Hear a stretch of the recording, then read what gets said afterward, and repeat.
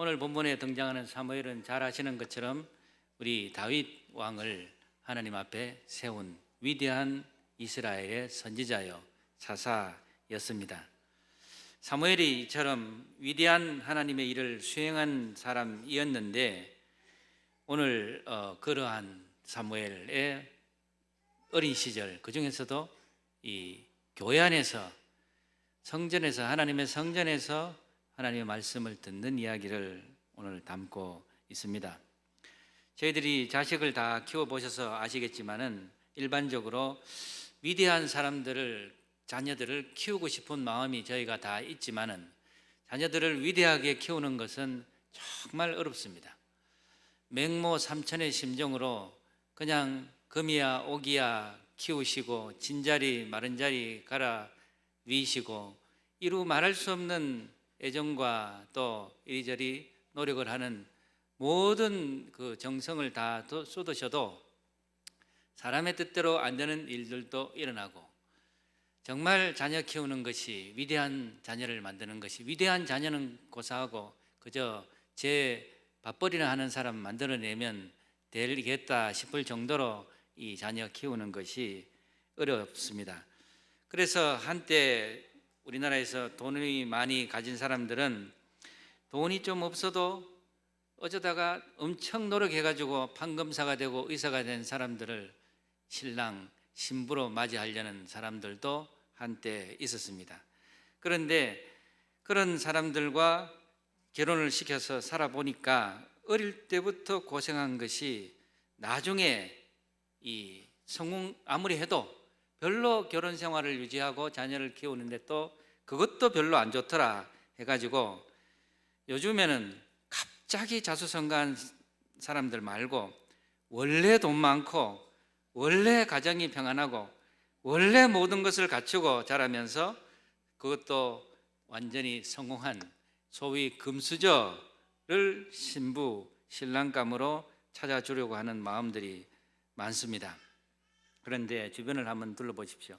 그런 사람들은 언제 다 데려가고 눈을 씻고 닦고 찾아봐도 주변에 없습니다.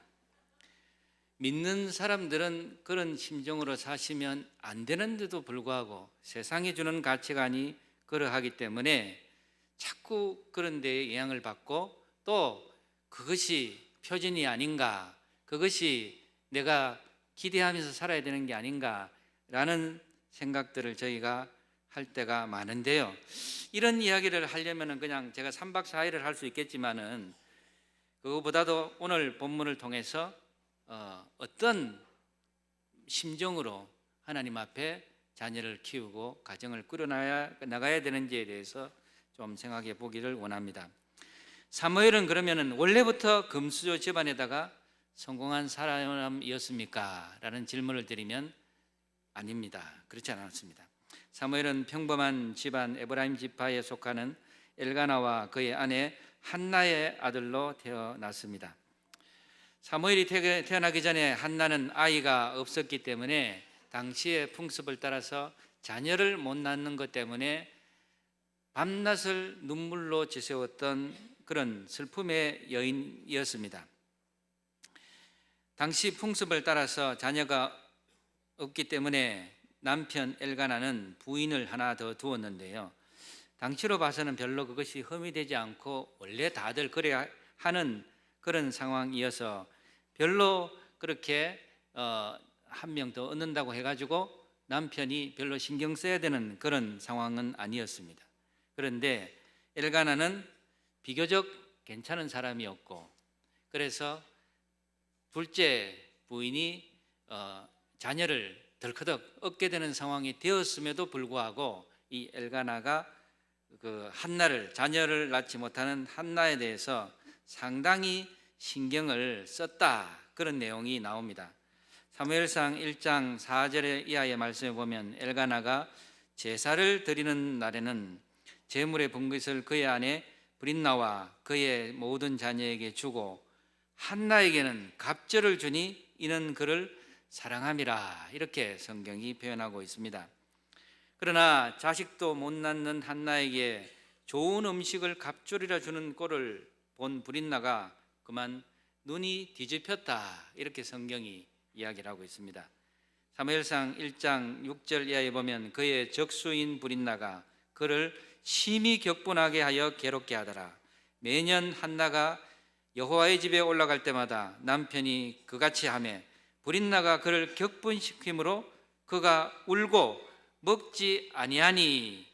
이쯤 되면은 남편이 상황이 어떻게 돌아가는지를 알고 좀 자리 판단을 해가지고 집안을 어떻게 좀 경영을 해야 될까 생각을 해야 되는데, 속도 모르는 남편이 뭐라고 하느냐 하면은 사무엘상 1장 8절에 한나여 어찌하여 울며 어찌하여 먹지 아니하며 어찌하여 그대의 마음이 슬프냐, 내가 그대에게 10아들보다 낫지 아니하냐, 이런 내용이 나와요. 10아들보다 안 낫지요. 속을 몰라주는데 좋을 수가 있겠습니까? 위로하면 됩니까? 먹을 것으로 해결해 주는 그런 상황이 전혀 아닌데도 불구하고 속 터지는 소리만 날마다 하고 있고 집안꼴이 말이 아닌 그런 상황이 계속 전개되고 있었습니다.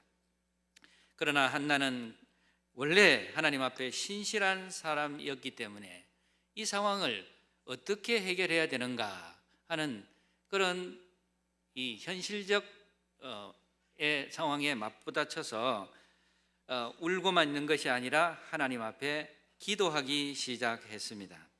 사무엘상 1장 10절 이하에 보면 한나가 마음이 괴로워서 여호와께 기도하고 통곡하며 서원하며 이르되 만군의 여호와여, 만일 주의 여종의 고통을 돌보시고 나를 기억하사 주의 여종을 잊지 아니하시고 주의 여종에게 아들을 주시면 내가 그의 평생에 그를 여호와께 드리고 삭도를 그의 머리에 대지 아니하겠나이다.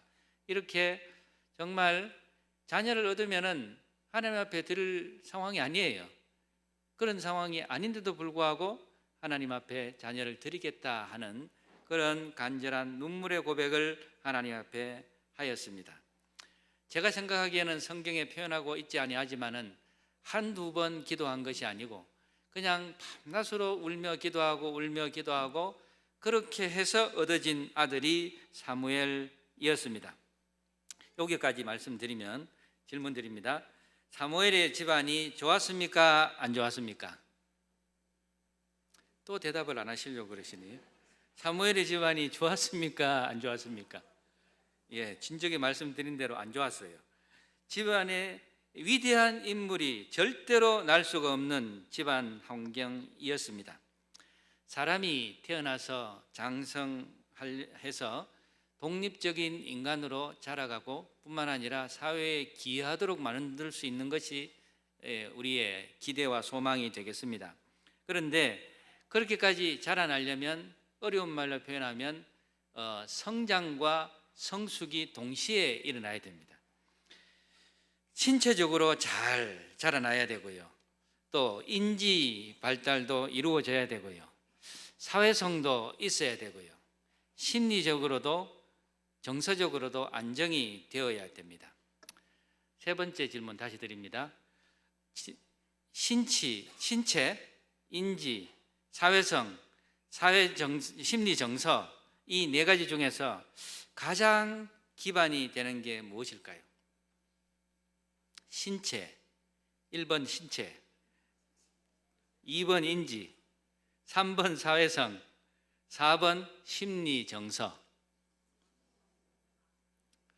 이쪽에는 3번이라고 이쪽에는 4번이라고. 예, 4번이죠.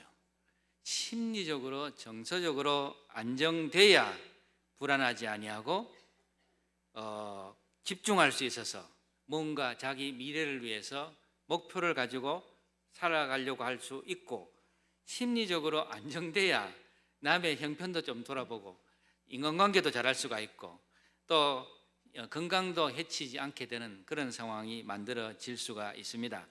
그러면 분명해지는 것은 아이가 심리적으로 정서적으로 불안하지 않고 행복하게 자랄 수 있는 환경을 만들어주는 것이 우리 예수 믿는 사람들, 자녀들을 키우는 부모의 가장 큰 본분이 되겠습니다.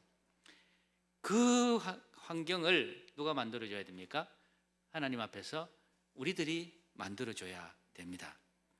자녀가 행복해야 이후의 삶이 행복해질 수가 있습니다. 하나님 안에서 행복해질 수가 있습니다. 그러면은 자녀가 행복해지려면은 그 전제 조건이 부모가 불행하면 되겠습니까? 안 되겠습니까? 부모가 머릿속이 복잡하고 맨날 찢고 뽑고 힘들고 괴로워하고 그런 마음이 가득 찬 상태에 있으면은 절대로 자녀에게 행복감을 줄 수가 없습니다. 말씀드린 것처럼 사무엘의 이 부모들이 행복하지 않았습니다. 행복하지 않은 정도가 아니라 최악의 상황이었습니다. 저는 이 면에서 어머니 한나가 어머니로서 부모로서 정말 위대한 분이라고 생각을 성경을 읽으면서 하게 됩니다. 사무엘이 어찌 얻은 자식입니까? 떼어놓고 싶은 생각이 전혀 없고 오히려 내가 어쨌든지 내 품에 안고 잘 키워서 불인나와 그의 자식들을 그냥 때려잡아야지 하는 그런 생각이 생겨가지고 복수심에 불타서 이후의 삶을 꾸려가야 맞을 것 같은데 사무엘상 1장 22절에 보면 그의 남편에게 이르되 아이를 젖을 때거든 내가 그를 데리고 가서 여호와 앞에 뵙게 하고 거기에 영원히 있게 하리이다. 이렇게 기도하고 실제로 어린 사무엘을 하나님의 성전에 맡겨서 하나님의 말씀으로 자라나게 하는 그런 중차대한 결정을 하게 됩니다. 저희가 맨날 하나님 앞에 기도드립니다. 하나님 앞에 내 자녀를 맡겨드립니다. 하나님 앞에 나의 모든 것을 맡겨드립니다. 하나님의 뜻대로 하옵소서 이렇게 하고 지 맘대로 합니까? 하나님의 뜻대로 하게 맡겨드립니까? 결과적으로 보면 자기 마음대로 기도는 잘 하시는데 자기 마음대로 하실 때가 많습니다. 하나님 앞에 정말 기도는 잘 하셨는데 기도대로 안 하는 게 우리의 문제가 되겠습니다.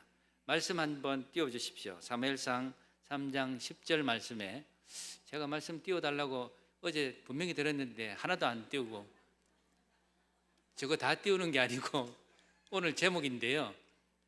말씀하옵소서 주의 종이 듣겠나이다. 요겁니다. 다 같이 시작.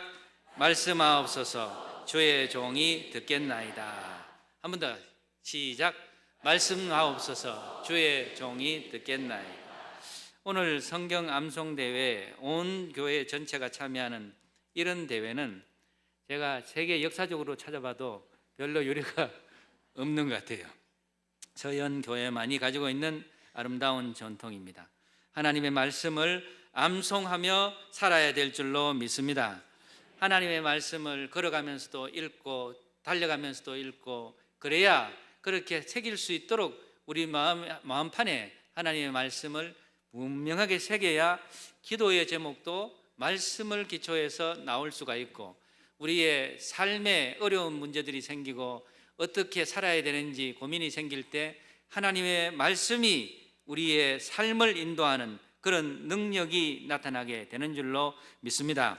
말씀을 암송하실 뿐만 아니라 온전히 듣고 행하는 능력이 생겨나시는 그런 놀라운 복이 우리 선교회 모든 가정들에 임하기를 주의 이름으로 축원합니다.